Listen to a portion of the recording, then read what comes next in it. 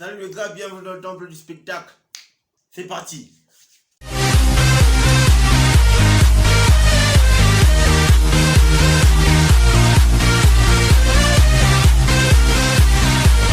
Ils sont très forts, les joueurs du Real de Madrid. Cette équipe du Real, elle est déjà très forte. C'était un cran au-dessus par rapport à nous.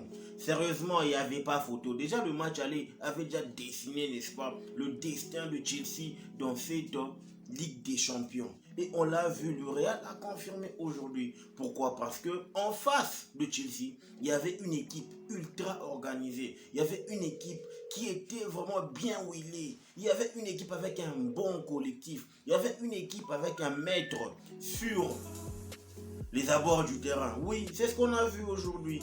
Carlo Ancelotti a donné une masterclass à Frank Lampard. Carlo Ancelotti a éduqué de manière professionnelle Frank Lampard. Parce que quand on regarde la manière avec laquelle cette rencontre a commencé, parce que Chelsea a mis les tempos, Chelsea a donné le rythme de cette rencontre, Chelsea a vraiment pressé le Real de Madrid du début de la première période jusqu'à la fin de la première période. Et on l'a vu que ce fighting spirit là de Chelsea, c'est quelque chose qui est vraiment propre aux Anglais. Ils ont mis de la pression. Ils ont contrôlé le match. Et jusqu'à la fin, parce que statistiquement parlant, Chelsea a remporté la statistique.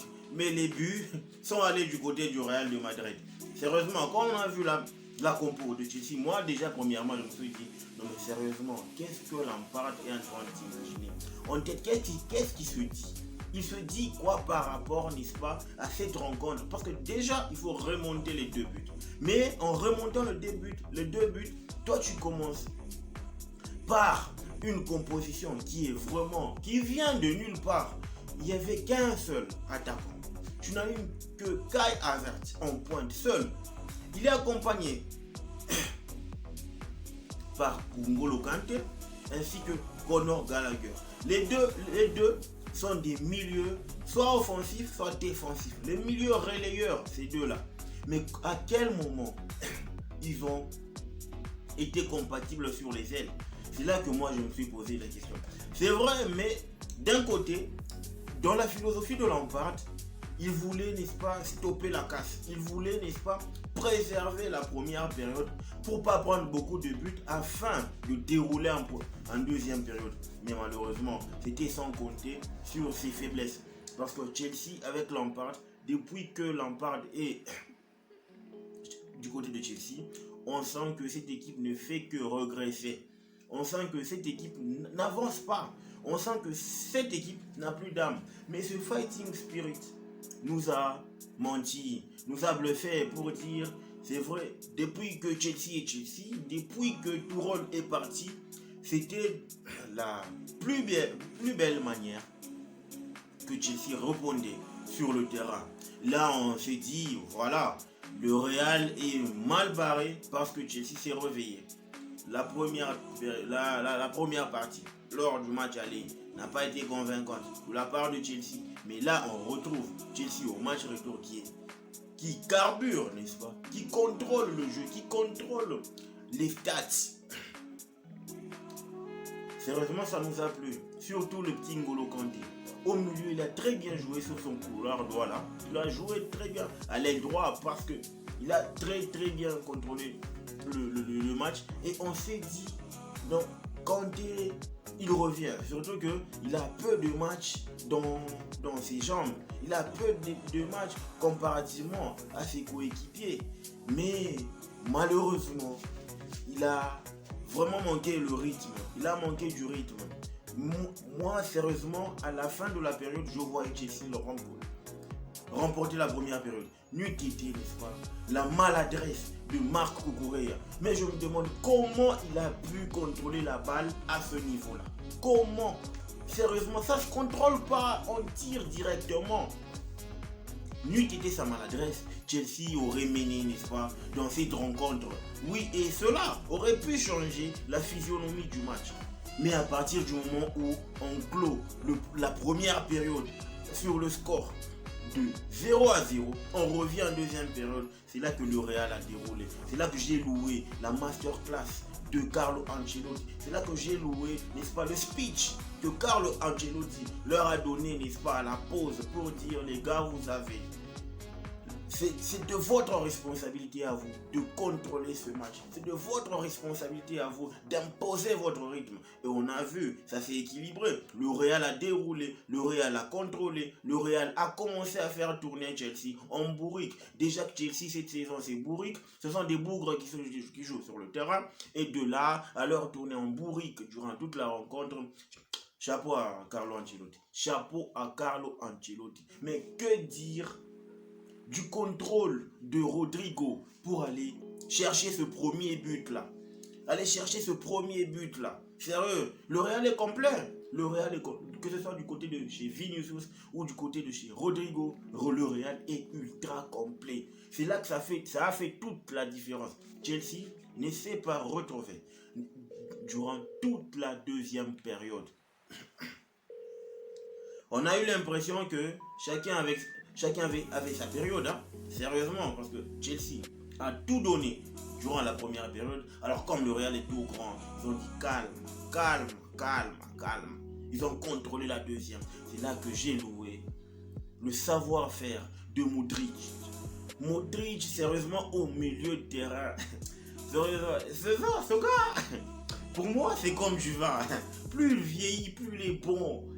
Le Modric de 2012 de Tottenham, il n'était pas si bon que ça. Mais aujourd'hui, Modric, il nous sort des masterclass en masterclass. Surtout en Champions League. Depuis qu'il a été sacré Ballon d'Or, le gars, il est sur une autre sphère. Il est sur un autre niveau. Sérieusement. Et quand on parle de Vinicius, qui a mûri, qui a grandi avec cette équipe du Real, tu sens que Vini, c'est pas n'importe qui. Il est impliqué sur 21 buts. C'est pas moins. La stat, elle est bonne pour Vinicius. La stat, elle est bonne pour Vinicius avec cette équipe du Real de Madrid. Moi, je l'ai dit la semaine dernière. Le Real, là, est bien parti pour jouer la demi-finale. Et là, c'est fini, les gars. Il n'y a plus de suspense. Le Real a tapé Chelsea dans les deux matchs. C'était plus jamais arrivé dans l'histoire de Chelsea. C'était plus jamais arrivé dans l'histoire de ces deux clubs. Le Real et Chelsea, ils se tapaient toujours, soit au match aller, soit au match retour, mais il y avait beaucoup trop de matchs nuls. Mais à partir de la saison dernière, le Real a creusé l'écran. Le Real a creusé l'écran et ça commence à se voir. Pourquoi? Parce que Chelsea a un contrôle, un total perte de vitesse. On ne comprend plus rien ce qui se passe. Mais le Real, il comprend quand même, parce que c'est un grand club. Ils sont là pour... Ils veulent aller chercher cette 15e étoile. Ils veulent aller chercher ce 15e titre avec Benzema à la clé. Parce que si jamais le Real remportait cette Champions League, Benzema, il est Ballon d'Or. Pour moi, c'est fini. Il est Ballon d'Or. Il peut reconduire ça, parce que de l'autre côté, il n'y aura pas de concurrent. Mais il faut aussi faire place à Vini qui est en train de venir. Que dire du match de Valverde? Valverde, il fait des accélérations. Il te court. Il a 4 poumons, le gars. Il a 4 poumons. Comme chez un ruminant, il y a 4 poches. Chez lui, il y a 4 poumons. Chez un ruminant, il y a 4 poches pour stocker, n'est-ce pas, de la nourriture. Mais Valverde, il a 4 poumons pour stocker du souffle afin de dérouler à chaque action dangereuse. Et on l'a vu. Non mais sérieux. Valverde, il élimine complètement Modric dans la surface. Pour un milieu ordinaire, il tire. Mais lui, il a de l'intelligence, il a de la grinta, de la vista. Il a vu que sur cet angle-là, il y avait déjà Rodrigo de l'autre côté qui décalait. Il lui sert sur un plateau. Mais sérieux, ce sont ces gens-là qui savent illuminer nos soirées de Champions League. J'ai aimé la rencontre de Fede Valverde. Ce gars, c'est un pur talent, c'est un pur leader. Et ça, par rapport à ce qu'il a concrétisé comme action sur cette action-là, je me suis dit, ce gars-là, vraiment ce gars-là, c'est un talent. Il n'y a pas mieux, il n'y a pas meilleur que lui. En termes de milieu relayeur, Fede Valverde, il n'y a pas meilleur. Actuellement en Europe, il mange à la table du roi. Il mange à la table des empereurs. Sérieux. Je clôt les débats, frère. Chapeau au Real de Madrid qui nous a vraiment tapé, qui a tapé Chelsea. Je suis blues et je ne le refuse pas. Je ne le refuserai jamais. Je le nierai jamais. Je suis blues. Mais là, aujourd'hui, on nous a donné une leçon du football de la semaine dernière jusqu'à aujourd'hui. On a vu qu'il y avait deux niveaux complètement différents. Le Real était là et Chelsea était là. Ce soir, je dis chapeau au Real de Madrid pour cette performance. C'est pas vraiment donné à n'importe quelle équipe de venir remporter un match de football au Stamford Bridge. Surtout que le Real a fait à 2 reprises. Ça, c'est un grand club. Les gars, dites-moi ce que vous en pensez en commentaire. N'oubliez pas de vous abonner, de liker, de partager la vidéo, d'activer la cloche de notification et surtout de remplir l'arena. Le football mérite d'être vécu. Ciao.